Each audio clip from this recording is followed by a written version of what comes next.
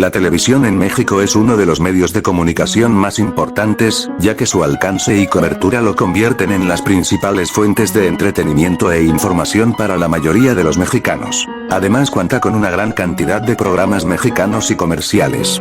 Finalmente no está exento de leyendas urbanas y sucesos que estremeció México, por eso me encargué de hacer un iceberg basándome en estos argumentos. Este es el iceberg de leyendas urbanas de la televisión mexicana.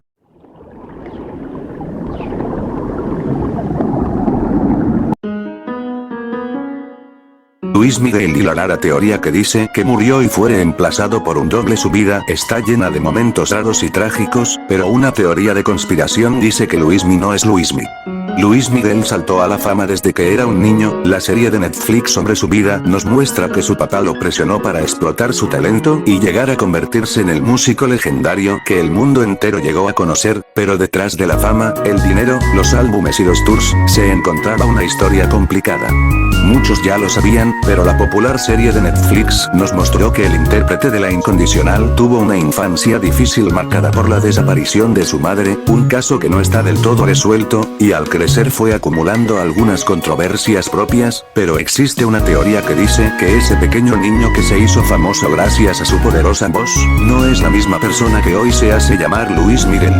El cantante nacido en Puerto Rico tiene su propia teoría de conspiración y es una que tiene mucho en común con la que dice que Paul McCartney, de los Beatles, murió en los años 60. Fue reemplazado en secreto por un doble para que la banda pudiera seguir sin problemas.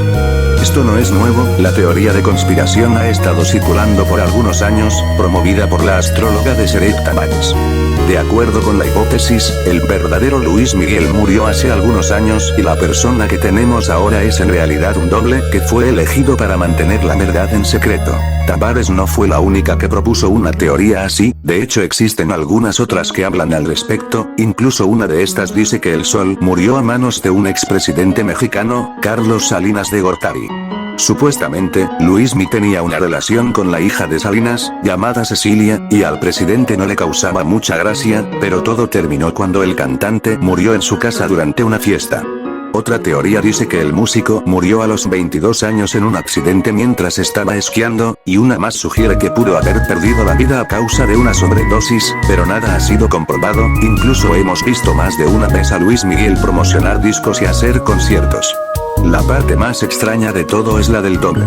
Las teorías no solo dicen que murió, sino que a la industria le interesaba seguir explotando su carrera, por lo que eligieron a una persona para tomar su lugar, quien tuvo que someterse a varias cirugías plásticas para verse lo más parecido posible al ídolo musical. ¿Demasiado irreal, no? Si creciste viendo las caricaturas del Canal 5, te sonará muy familiar la leyenda. Pedimos su ayuda para localizar a Canal 5 al servicio de la comunidad. Con esta leyenda se anunciaban a las personas desaparecidas en la Ciudad de México o el área metropolitana. La narración se ilustraba con una ficha con datos de la persona y la última vez que se le vio, así como una fotografía de frente o retrato hablado. Por raro que parezca, estos pequeños spots fueron un momento clásico que marcó la infancia de muchos mexicanos.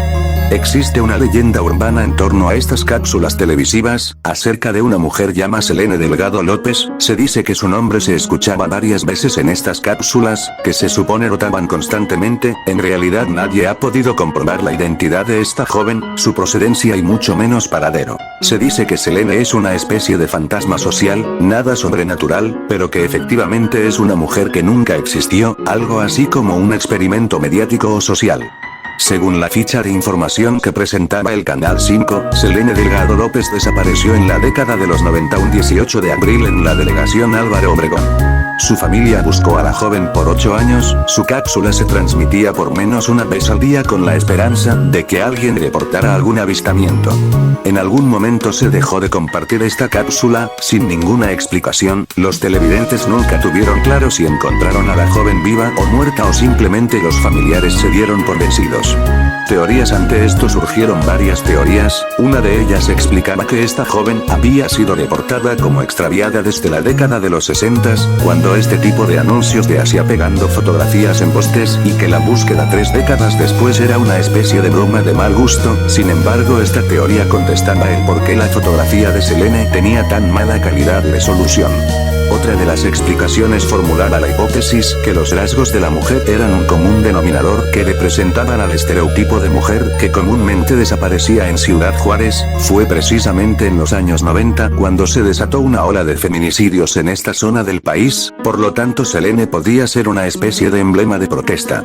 Una de las explicaciones más recientes la han formulado usuarios de las redes sociales que aseguran que la fotografía de Selene Delgado resulta tan inquietante e incómodo porque no es más que una imagen creada con computadora usando facciones comunes para crear un rostro muy común, algo que podríamos reconocer con naturalidad y presenta el fenómeno del valle inquietante, que es la reacción negativa de los humanos ante un rostro humano que no es natural.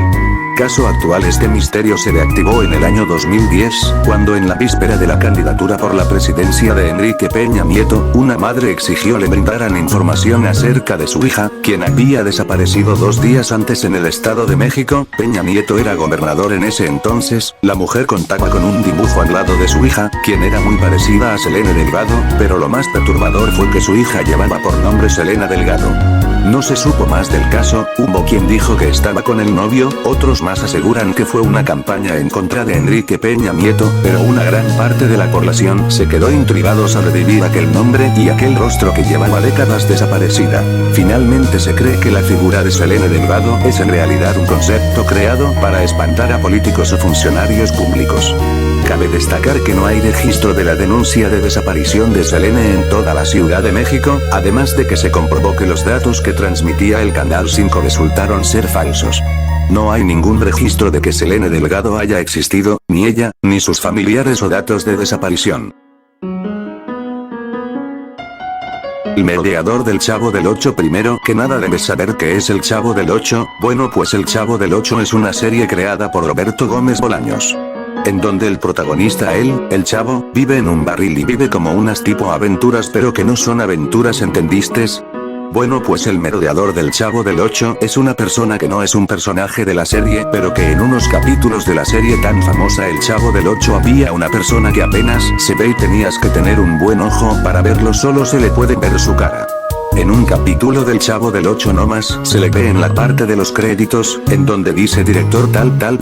Ve, imagen en donde se le ve. ¿Ves qué perturbador? Hay más capítulos, pero en un solo capítulo se aparece como 5 veces. Solo tengo una imagen en donde sale, pero es en serio, sale como 5 o más veces.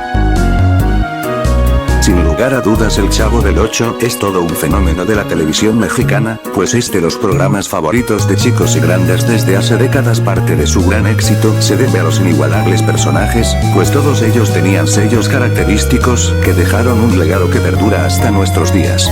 Varios episodios del programa han causado polémica entre los televidentes por diversas razones, pero habría uno en especial que nunca salió a la luz, con el que Chespirito supuestamente daría final a la serie de una manera trágica, y aquí te decimos de qué trataría. Aunque la historia del Chavo del Ocho en realidad no tiene un final como tal, muchas personas relacionan la canción Qué bonita vecindad con el final del Chavo. Sin embargo, el último capítulo como programa independiente se transmitió en 1980 y se llama La lavadora de Doña Florinda, aunque este no da fin a la historia. A partir de entonces y hasta 1992, el Chavo del Ocho se siguió transmitiendo en pequeños sketches dentro del programa Chespirito, pero la mayoría de estos narran escenas que ya habían sido contadas, solo cambiando algunos diálogos y sustituyendo a Don Ramón y a Kiko en las escenas. ¿Cuál fue el trágico final que nunca salió al aire? El creador de la serie, Roberto Gómez Bolaños, tenía planeado un final para finalizar con el Chavo del Ocho. Sin embargo, este nunca vio la luz, pues en realidad era un tanto trágico. Según el sitio Chespirito.org, Bolaños planeó que el Chavo muriera atropellado por un auto intentando salvar a un niño, y aunque las escenas del niño muerto no se grabaría, sí se pensaba grabar a los personajes de la vecindad llorando desconsolados y despidiendo al Chavo. Con esto el comediante pretendía transmitir un mensaje de amor sobre la nobleza y bondad del protagonista. ¿Por qué terminó el Chavo del Ocho? A pesar de haber gozado un increíble éxito y fama internacional en los años 70, el Chavo del Ocho sufrió con la salida de Ramón Valdés y Carlos Villagrán, quienes daban vida a dos de los personajes más queridos del elenco. Aún sin ellos, la serie continuó creándose hasta 1992, cuando, por supuestos problemas entre María Antonieta de las Nieves y Chespirito, finalmente terminó. Los comerciales de Canal 5 de los 90s eran en su tiempo bastante extraños por sus imágenes. El programa Otro Rollo fue cancelado debido a las protestas presidenciales en 2006. Esta leyenda urbana se dice que Stephen King fue guionista del programa Mujer Casos de la Vida Real, debido que los capítulos de mediados de los 90 tocaban temas muy pesados y perturbadores, y el caso de El Ángel Sin Luz es uno de los episodios que Stephen King escribió debido que en una escena de ese episodio se ve que el globo que tiene el niño es rojo como el de la novela It. Adal Ramones. Así fue el secuestro del conductor de Otro Rollo y la Academia. El conductor de televisión alcanzó gran parte de su fama por ser la estrella en el programa Otro Rollo. Uno de los momentos que más conmovió a los seguidores del entretenimiento fue el secuestro del conductor de televisión, Adal Ramones, quien había alcanzado gran parte de su fama por ser la estrella principal del programa Otro Rollo. Después de su participación en el famoso programa de la televisora de San Ángel, Adal Ramones demostró que su talento no fue obra de la casualidad al colaborar en otras transmisiones como Hoy y la Academia. El secuestro hace unos meses, después de 22 años del secuestro, el también actor de telenovelas como Amor Real, Por Amar Sin Ley y Confidente de Secundaria reveló algunos detalles sobre los días que permaneció en cautiverio, dejando claro que fue uno de los momentos más complicados de su vida. En la entrevista, Adal Ramones confesó que el secuestro ocurrió en las inmediaciones de su domicilio, ubicado en calles de la colonia Narvarte. En ese lugar, hombres armados lo encañonaron y se llevaron en su propia camioneta.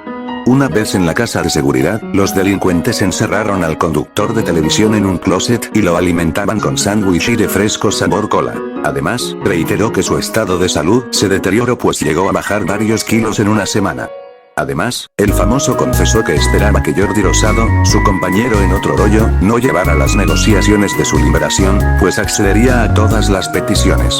Por ello, el productor Memo del Bosque fue el que tuvo contacto con los delincuentes. Tras 7 días secuestrado, Adal Ramones fue liberado en el municipio de Tlalnepantla pensando que alcanzó la libertad sin pagar un solo peso, pero su ex esposa, Gabriela Valencia le confesó que Emilio Azcárraga, dueño de Televisa, se hizo cargo del pago. Esta leyenda se dice que se han captado fantasmas durante las transmisiones en vivo. Familia con Chabelo fue cancelado debido a que Chabelo ya era demasiado viejo para actuar como niño, pero según la razón por la cual se canceló fue que en su programa promocionaba comida chatarra que promovía la obesidad en México. Francisco Stanley Albaitero, conocido como Paco Stanley, fue asesinado el 7 de junio de 1999 por al menos 5 sujetos luego de salir de desayunar del restaurante El Charco de las Ranas. A 22 años de estos sucesos, el homicida y las circunstancias del asesinato de Paco Stanley aún no han sido esclarecidas debido a varias irregularidades en el proceso de investigación. De acuerdo con el libro Análisis Sociológico, Caso Paco Stanley de la ahora directora de la Facultad de Ciencias Políticas y Sociales de la UNAM, Angélica Cuellar, la Procuraduría Capitalina planteó 2 líneas de investigación para esclarecer el asesinato del conductor de televisión. Al día siguiente del asesinato de Paco Stanley, la entonces Procuraduría General de Justicia del Distrito Federal informó que se habían establecido los ejes de la indagatoria. La dependencia anuncia que aplicó pruebas toxicológicas a Besares y al cuerpo de Stanley, ambos dieron positivo al consumo de cocaína. Se informa del hallazgo de una credencial que acredita a Stanley como funcionario de la Secretaría de Gobernación y le autoriza a portar armas de fuego. La dependencia también informó del hallazgo de medio gramo de cocaína y de un artefacto de metal utilizado para la trituración de droga. A pesar de que Mario Besares había dicho frente a televisión que no era consumidor de esta droga, durante su declaración dijo que consumía cocaína de manera ocasional. El 22 de junio de 1999, la jueza encargada del caso concedió el arraigo en contra de Mario Rodríguez Besares por 30 días, luego de que el conductor realizara trámites que indicaban su intención de abandonar el país junto con su familia. La dependencia también informó del hallazgo de medio gramo de cocaína y de un artefacto de metal utilizado para la trituración de droga. A pesar de que Mario Besares había dicho frente a televisión que no era consumidor de esta droga, durante su declaración dijo que consumía cocaína de manera ocasional. El 22 de junio de 1999, la jueza encargada del caso concedió el arraigo en contra de Mario Rodríguez Besares por 30 días, luego de que el conductor realizara trámites que indicaban su intención de abandonar el país junto con su familia. El que fuera cocinero de los hermanos Amezcua señaló a Mario Besares, Paola Durante, Erasmo Pérez y a los hermanos Jesús y Luis Amezcua como responsables de planear el atentado en contra del conductor de televisión. El 18 de agosto de 1999, Erasmo Pérez Garnica, el Cholo, presunto autor material del asesinato de Paco Stanley, es detenido en la delegación Gustavo Amadero, porque sus características físicas coincidían con la descripción del homicida y con el retrato hablado. 5 días después, los hermanos Amezcua niegan su participación en el atentado contra Stanley y aseguran no conocer a Mario Besares, Paola Durante y Pérez Garnica. En un comunicado de prensa, la Procuraduría General de Justicia del Distrito Federal informó de la probable responsabilidad de Luis Ignacio Amezcua, Erasmo Pérez Garnica, Paola Durante Ochoa, Mario Rodríguez Besares, Jorge García Escandón y Luis Rosendo Martínez Delgado en el asesinato del conductor de televisión. La PGJDF afirma que la vinculación de Stanley con el narcotráfico no se limitaba al consumo y posesión de cocaína, sino que la dependencia tiene constancia de la estrecha relación personal entre el conductor y el narcotraficante Amado Carrillo, narra en el libro. El juez de lo penal, Rafael Guerra Álvarez, dicta auto de formal prisión contra los probables responsables del asesinato de Paco Stanley. Cañitas. La casa embrujada de Ciudad de México y su supuesta farsa La casa más embrujada de México ha provocado fascinación en los mexicanos, pese a que hay quienes aseguran que todo es una farsa. Una de las leyendas más famosas de México desde los años 80 es la que involucra a la casa Cañitas, el lugar ubicado en Ciudad de México donde el investigador Carlos Trejo vivió experiencias paranormales que plasmó en un libro y una película. Todo ocurrió en 1982, en el número 52 de la calle Cañitas, de la colonia Popocla, en Alcaldía Miguel Hidalgo. Con una tabla ouija, Carlos Trejo se reunió con su primera esposa Sofía Cacheux, su hermana Norma y su novio Emanuel, así como los niños Jorge y Luis, para contactar con el espíritu de un exnovio de Norma que murió en un accidente. Según su relato, enfrentaron fenómenos paranormales tipo poltergeist y en la ouija se deletrearon mensajes obscenos. Emanuel fue poseído, convulsionó y escupió espuma por la boca, además de gritar que le quemaba la supuesta agua bendita que le rociaron. Habían cambios repentinos de temperatura, objetos que desaparecían, y aseguraban ver una sombra encapuchada con garras que identificaban con un monje, cuya presencia era cada vez más notoria. Decidieron limpiar la casa con hierbas, agua bendita y con la ayuda de una bruja, pero fue entonces, bajo extrañas circunstancias, empezaron a fallecer unas 14 personas relacionadas con la casa de Cañitas. Con ayuda de una bruja blanca calmaron la presencia del monje por un tiempo, y Trejo aseguró que él sobrevivió porque hizo un pacto con el ser demoníaco. A petición del monje, Trejo escribió un libro donde contó su experiencia, porque de lo contrario no lo dejaría vivir. Publicado en 1995, el libro fue un éxito y la historia de la casa más embrujada de México comenzó a ser conocida. Era común el deseo de los mexicanos de visitar el inmueble para comprobar si existía algo paranormal. La leyenda cobró más fuerza cuando Trejo aseguró que descubrió que el inmueble estaba construido sobre los restos de un cementerio de monjes. El libro ha sido criticado por sus errores de ortografía, sintaxis y contradicciones, pues incluso se comprobó que algunas las personas que supuestamente habían muerto estaban vivas, o habían muerto por enfermedades comprobadas, y no bajo extrañas circunstancias. El éxito de la historia de Cañitas provocó que para 2007 se estrenará la película homónima, con actuaciones de Mariana Ávila, Francesca Guillén, Armando Hernández, Juan Pablo Medina y hasta primeros actores como Fernando Luján y Angélica Aragón. Quienes señalan que todo es una farsa de Carlos Trejo aseguran que no hay evidencia del cementerio debajo de la casa. Además, los hechos narrados son similares a clásicos del terror como Amityville y Poltergeist, juegos diabólicos. Durante años, Carlos Trejo ha sido conocido como el cazafantasmas, pues investiga sucesos paranormales en la República Mexicana, con apariciones regulares en televisión.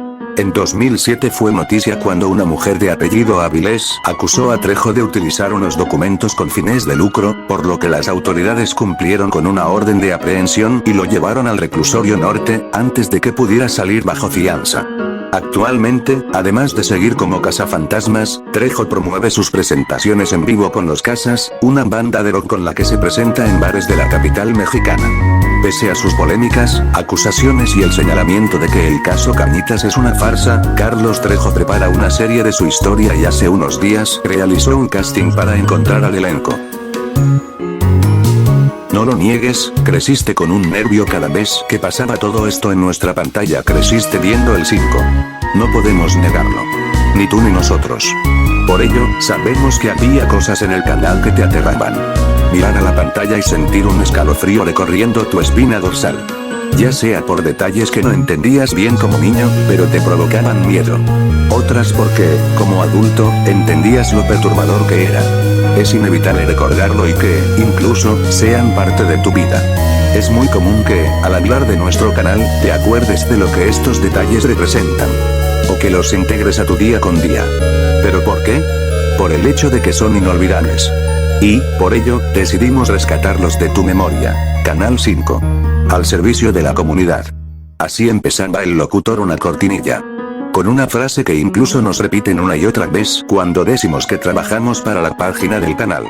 El ya fallecido locutor institucional, Melquíades Sánchez, pedía la colaboración de la ciudadanía para localizar a personas extraviadas y ausentes. Todo aprovechando la enorme visibilidad que da la televisión abierta. Y ahí veías, a personas que llevaban días perdidas quién sabe dónde. Puede que estuvieras muy pequeño para entender el padece de sus facultades mentales que describía a algunas, pero comprendías que se trataba de algo serio. Retratos recuperados de donde se pudiera. Algunos hablados. Otros apenas distinguibles. Personas perdidas incluso por años. Mirando fijamente el frente. Sentías temor. Estabas ahí, sentado en el sofá, tomando un vaso de Chocomilk a las 8 o 9 de la mañana, cuando los sonidos estridentes de las caricaturas y los anuncios de juguetes y comida chatarra eran súbitamente interrumpidos por un silencio angustiante y ominoso, relata en YouTube el usuario Doppelganger. La voz del locutor, grabada para siempre en tus recuerdos, describiendo personas desconocidas y dando las fechas de extravío, ¿puede la gente perderse por tanto tiempo? Mientras ese silencio agorero, lúgubre, protervo y vacuo te helaba la sangre al tiempo que una ola de preguntas y temores poseían tu mente.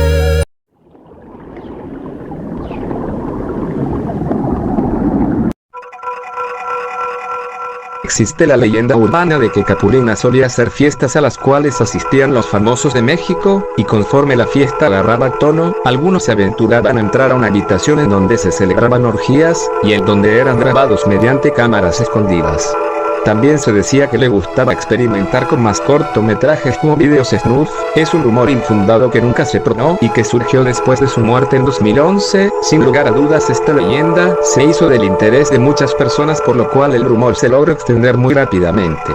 En todo caso, de haber existido esa supuesta colección pornográfica, habría sido destruida por su viuda y su hijo después de su muerte.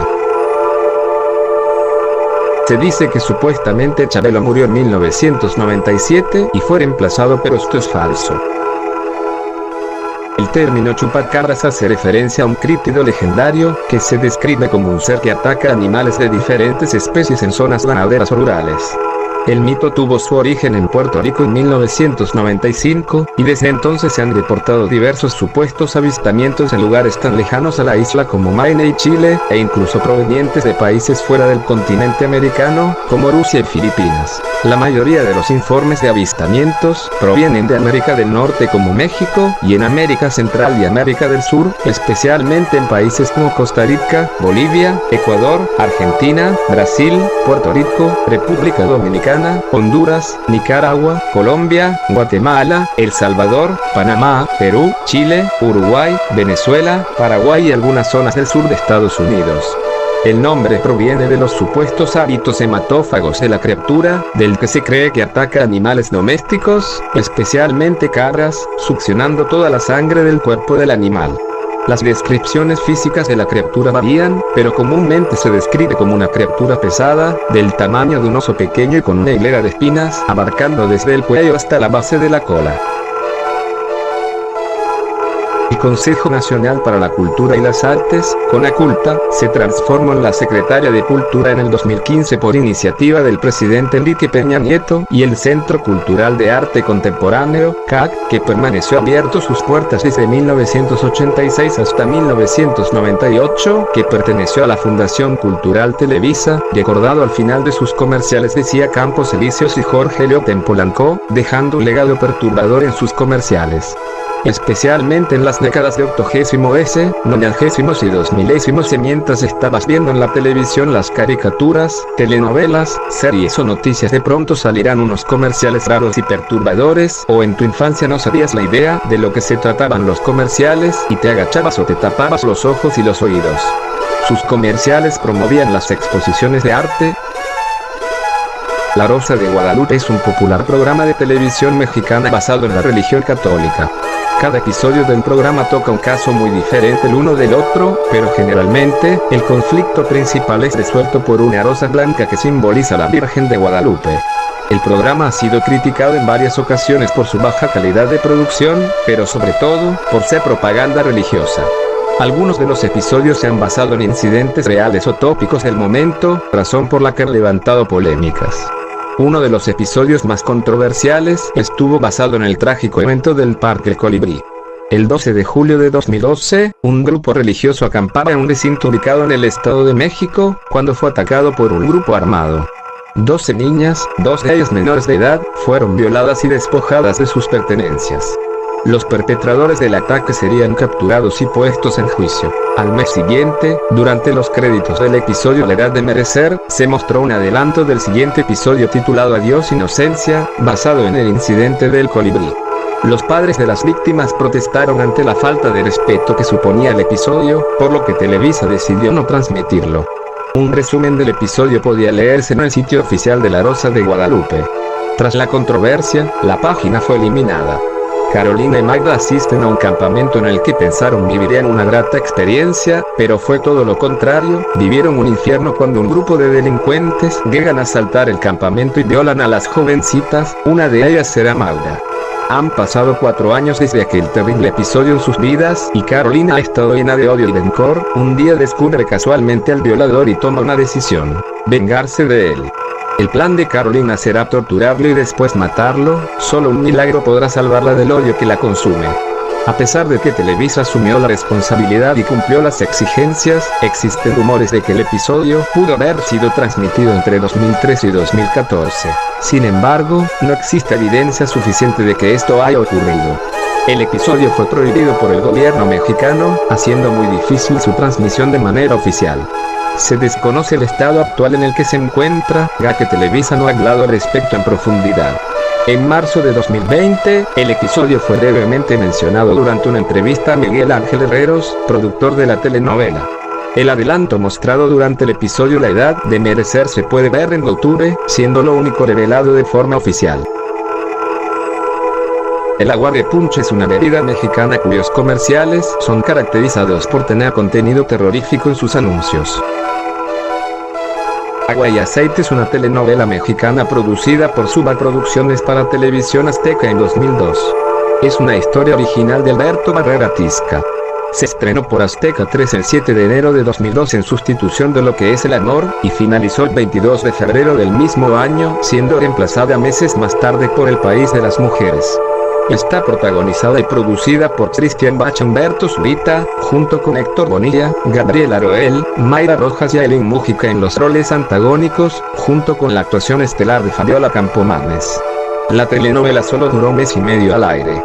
Televisión Azteca se ha pronunciado varias ocasiones que fue por los bajos índices de audiencia lo que provocó su cancelación, pero igualmente, tanto Cristian Bach, Humberto Zurita como el personal técnico que trabajan en la producción de la telenovela han afirmado que han sido presionados tanto por los altos ejecutivos de la televisora como por el gobierno de México en ese entonces, sexenio al mando de Vicente Fox Quesada, por los temas y problemáticas abordados en la telenovela, que se incluye desde el lesbianismo, corrupción en la política, el abuso sexual entre padres e hijos, la manipulación de los medios de comunicación, y la violencia de género abordado por personaje que fue interpretado por Estefania Salas, e incluso se censuró su subtrama. Ejecutivos de Televisión Azteca como Elisa Salinas y Ricardo Salinas Pliego, le pidieron a Bach y Zurita hacer cambios y bajarle de tono en el libreto, esto debido a que algunos temas enviaron en la telenovela les parecían fuertes, e incluso incómodos para Salinas Pliego. Pero los actores y también productores se negaron a cambiar la idea original, pero por el respeto a los actores y al público prefirieron cortar la trama a que continuaría un guión diferente al original hasta finalizar la historia de una manera abrupta. Desde su última emisión, la telenovela no volvió a ser vista. jamás fue editada en otro formato o transmitida en otro canal, siendo el único material disponible su apertura y un fragmento de 26 segundos. El diario del Chavo del Ocho es un libro, relato y novela escrito por el mismo creador de ese personaje, Roberto Gómez Bolaños, en 1995. Se dice que supuestamente actores mexicanos hicieron un pacto con el diablo para ganar popularidad, pero esto es falso. Tras el crecimiento del movimiento metro en Estados Unidos, era predecible que esa acción llegara hasta México, lo que provocó que mujeres actrices, cantantes y modelos rompieran su silencio y denunciaran los casos de acoso sexual por los que la misma industria las hacía pasar. Fue Kate del Castillo quien iniciaría esa influencia en el país, quien durante un documental en Netflix titulado Cuando conocí al Chapo, señala que, luego de trabajar en Televisa por 12 años, experimentó situaciones que lo obligaron a dejar de poco en poco a la televisora. La primera vez que me invitaron a una cita con ejecutivos de Televisa, yo estaba haciendo muchachitas y yo tenía a mi novio, que era Ari Telch. Entonces dije: ay, muchas gracias, Ari y yo vamos a estar ahí, y me dijeron: no, nada más estás tú invitada. Les dije: ¿sabes qué? No se me antoja ir, muchas gracias. Y cuando colgué me hablaron y me dijeron: ¿cómo que no vas? Casi me dijeron: no te estamos preguntando, cuando a mí lo que me ofrecieron fue ir a entretener a unos señores que yo no conocía. Me pareció de lo más bajo y nunca lo acepté, señaló la actriz. Según lo que explica la misma Kate, la empresa sexualizaba a las famosas de una manera muy perceptible. En las comidas de publicistas, eras básicamente una elegida, así wow. Si te invitaban, porque literalmente esas comidas eran para ofrecer a las actrices a los publicistas, que son la gente que mete el dinero en Televisa, quienes compran los tiempos de aire. Estas confesiones fueron tan comentadas en su momento que la actriz, durante una entrevista con Ibarra Arroyo, aprovechó para aclarar la situación. No me consta si pasara algo malo ahí, además nunca fui, era más el hecho de que te querían como adorno, para entretener a unos señores. Eso para mí de entrada me pareció ya muy ofensivo. Yo no sé si se iban a otra parte, o que si existen los catálogos, yo nunca he visto un catálogo de esos, comentó Kate durante la entrevista. Otra persona que decidió hablar sobre ello fue el exproductor Mario Lafontaine. Él describe a la televisora como el burdel más grande de México. La periodista San Juana Martínez en el libro Soy la dueña. Lafontaine trabajó durante 28 años en la empresa y participó en el surgimiento de los grupos Timbiriche y Garibaldi. Según sus declaraciones, existía un grupo especial donde actrices y actores estaban a las órdenes de ejecutivos, por lo que debían acudir a citas o eventos a los que fueran requeridos. Cuando te llamen o te digan que tienes que ir a la fiesta de un ejecutivo, lo tienes que hacer. Es el grupo de las que sí se sabe que ganarán una novela, pero sabemos de qué forma, expresó. El productor describió casos de Gloria Trevi, Erika Buenfil, Salma Hayek, Vivi Gaitán y algunos actores como Eduardo Yáñez y Sebastián Rulli. También habló de la Casa de las Campanas, un supuesto centro de reunión donde se llevaban a cabo encuentros sexuales entre actrices, empresarios, políticos y altos ejecutivos. Una telenovela, llamada en algunos lugares teleserie o telecomedia, es un formato de televisión producido originalmente en varios países de América Latina, que cuenta una historia que puede o no ser realista y generalmente es de argumento melodramático a lo largo de varios capítulos, que normalmente tiene un final feliz para los protagonistas. Pero hay algunas que son bastante extrañas. Maleficio es una telenovela mexicana producción de la cadena Televisa. Se transmitió por el Canal de las Estrellas entre el 7 de febrero de 1983 y el 27 de abril de 1984. Fue escrita por Fernanda Vileli, dirigida por Raúl Araiza y producida y protagonizada por el señor telenovela Ernesto Alonso en el papel de Enrique de Martino, rol que era tanto el protagonista como el villano principal. Estuvo a su vez protagonizada por Jacqueline Andere, junto con las actuaciones estelares de Norma Herrera, María Sorté, Carmen Montejo, Emilia Carranza, Carlos Bracho y Patricia Reyes Espíndola. Como antagonista tuvo a Humberto Zurita. El Maleficio es la primera telenovela que toca el tema de la brujería y el ocultismo. Tuvo una secuela en cine, El Maleficio II, Los Enviados del Infierno, protagonizada por el mismo Ernesto Alonso, Lucía Méndez y Armando Araiza en 1986. La autora Fernanda Vileli publicó una versión novelizada de la historia. Esta telenovela fue bastante impactante en su época debido a los temas que se toca como satanismo, ocultismo, crimen, abusos y brujería. La telenovela fue transmitida por el Canal 13 de la Universidad Católica de Chile a fines de 1983, pero solo se emitieron un par de capítulos, puesto que el guión de la telenovela mencionaba la idea de hacer negocios con aquel país, las cuales luego de discusiones no se ejecutaban debido a la naturaleza dictatorial del gobierno. Sin embargo, años después, El Maleficio fue emitida en dicho país.